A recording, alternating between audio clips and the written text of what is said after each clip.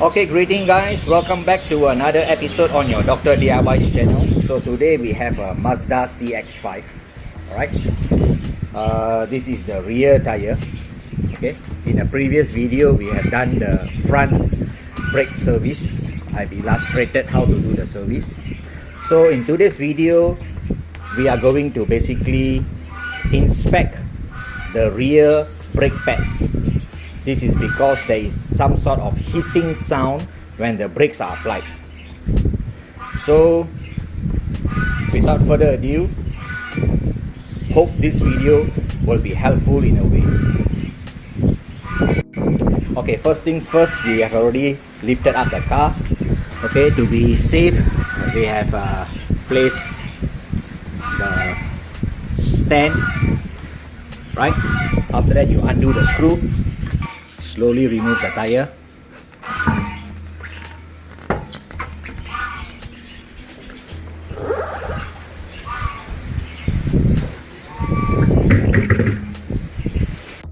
Okay, so you can see this is the pads. They are relatively very thin, so we are going to change the brake pads now. Okay, so in order to change the brake pads, we have to open up two screws here, 1 and 2. They are of size 14, so we open up.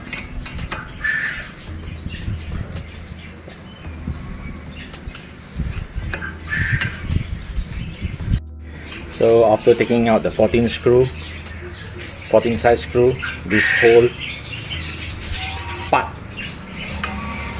can be come out. Okay, can be taken out. So slowly keep it away, just keep it aside. Okay, remember the piston have to be pumped inside all the way, so you can see the brake pads are very thin. Okay, so the iron has been touching the iron now, the rotor here. You can see the noise. So these are the sound when it breaks. So this is the hissing sound. So gently just take out the brake pads.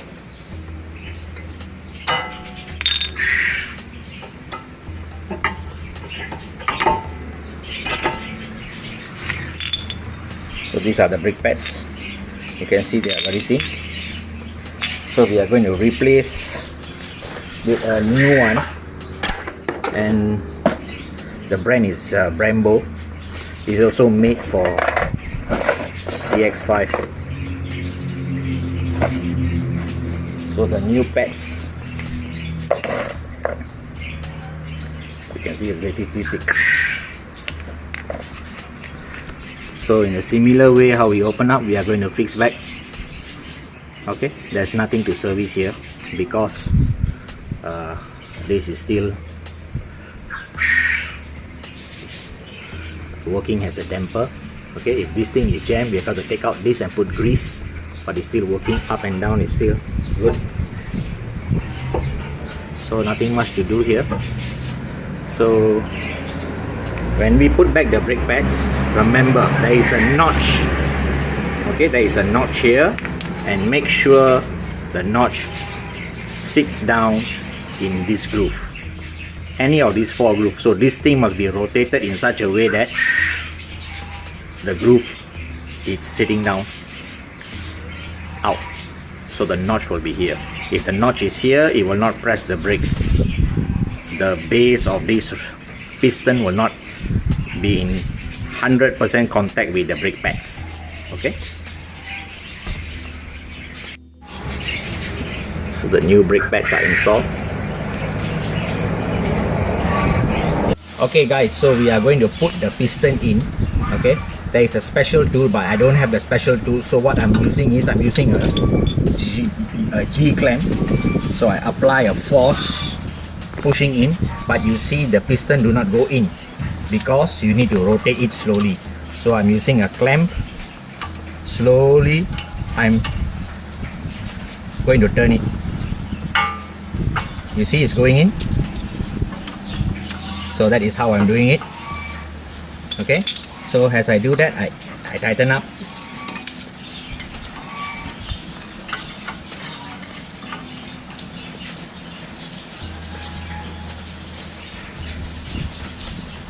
So it has completely gone in now. So I remove this. So you can see the piston is right inside. Okay.